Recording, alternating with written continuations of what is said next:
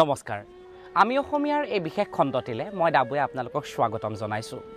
90 দশকৰ পিছত জন্মগ্ৰহণ কৰা আমিবোৰৰ শৈশৱ কৈশোৰ যৌৱন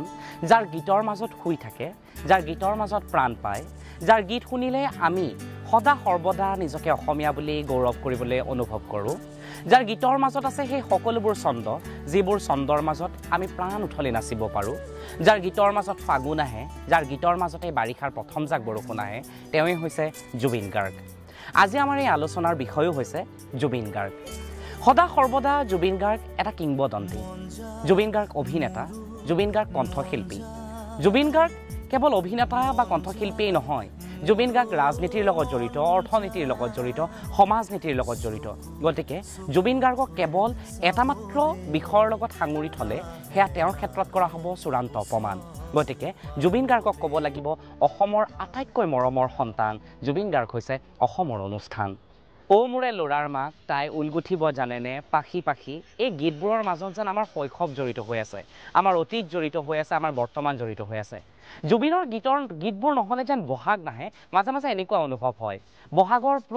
প্ৰতিটো দিনেই যেন জুবিনৰ গীতৰ মাজতে আবদ্ধ হৈ থাকে জুবিনৰ গীতৰ মাজতেই বহাগ আছে যেন মাজে মাজে আমাৰো অনুভৱ হয় হয়তো আপোনাৰ অনুভৱ হয় মাঘ বিহুৰ সকলোবোৰ আয়োজন ঠিকেই থাকে উৰুকাৰ নিশা ভোজ ভাতো ঠিকেই লাগে কিন্তু যদি জুবিনৰ গীত এটা বাজি নাথাকে তেতিয়াহ'লে বেকগ্ৰাউণ্ডটো কিবা আধৰুৱা লাগে সেয়াই জুবিন গাৰ্গ জুবিন গাৰ্গৰ গীতৰ মাজত প্ৰেমৰ আৰম্ভণিৰ পৰা প্ৰেমৰ শেষ বিন্দুটোলৈকে সকলোবোৰ অনুভৱেই পোৱা যায় সেইবাবেই কিজানি মন যায় নিচিনা ইমান দীঘলীয়া গীতটো এ টু জেড গাব পাৰে আমাৰ অসমীয়া ডেকাই এ টু জেড শুনিব পাৰে আমাৰ অসমীয়া গাভৰুৱে এয়াই জুবিন গাৰ্গ কিন্তু জুবিন গাৰ্গ মাজে মাজে বিতৰ্কলেও নহয় কেতিয়াবা জুবিন গাৰ্গে নিজেও সৃষ্টি কৰে বহু বিতৰ্কৰ সেই বিতৰ্কবোৰৰ বাবেই হয়তো জুবিন গাৰ্গক অধিক বেছি ভাল লাগে বহুজনৰ বহুতে প্ৰেয়সীৰ নিচিনা ভাবে জুবিন গাৰ্গক বহুতে প্ৰেমিকৰ দৰে ভাবে জুবিন গাৰ্গক মাজে মাজে অভিমান কৰে জুবিন কিয় এনেকুৱা কিয় তেনেকুৱা নহয় জুবিনে কিয় এনেকুৱা কৰে কিয় তেনেকুৱা নকৰে এয়াইতো জুবিন গাৰ্গ এয়াই ভাল পোৱা এয়াই মৰম কিন্তু জুবিন গাৰ্গৰ প্ৰতি থকা মানুহৰ এই আন্তৰিকতা এই ভাল পোৱা ক'ৰবাত নহয় ক'ৰবাত চূড়ান্ত পৰ্যায় লাভ কৰে যেতিয়া জুবিন গাৰ্গে কাজিৰঙাত এই গড় হত্যাকাৰীৰ বিৰুদ্ধে থিয় হৈ জুবিন গাৰ্গে যেতিয়া মাত মাতে তেতিয়া হয়তো সন্ত্ৰাসবাদীৰ বাবে তেতিয়া হয়তো সেই গড় হত্যাকাৰীৰ বাবে জুবিন হৈ পৰে পৰম শত্ৰু যেতিয়া গাখীৰৰ অভাৱত গড়বোৰে মৃত্যুমুখত পৰিবলৈ আৰম্ভ কৰে তেতিয়া লিটাৰে গাখীৰ লৈ গৈ সেই গড়ৰ মুখত ঢালি দিয়া মানুহজনেই হৈছে জুবিন গাৰ্গ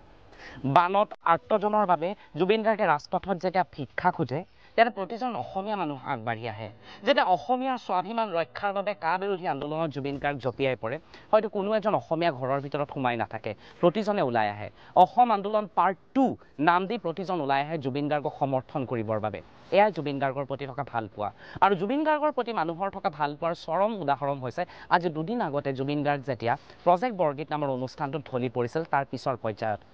লাখ লাখ অনুৰাগীৰে আহি ভৰি পৰিছিল নেম কেয়াৰ হস্পিটেল আৰু এই দৃশ্যটো আপুনি ভালদৰে উপলব্ধি কৰক ভালদৰে অনুভৱ কৰক জুবিন গাৰ্গ ঢলি পৰিছে কিন্তু চাৰিওফালে মানুহবোৰে চিঞৰ বাখৰ কৰিছে কান্দি পেলাইছে হুকাই ধৰি থকা ল'ৰাজনে কোন এওঁ কিমান ভাল পায় জুবিনক ঠিক মোৰ দৰে আপোনাৰ দৰে হয়তো জুবিন গাৰ্গে নিজেও নাজানে তেওঁক কিমান ভাল পায় এই ল'ৰাবোৰে এই যুৱকবোৰে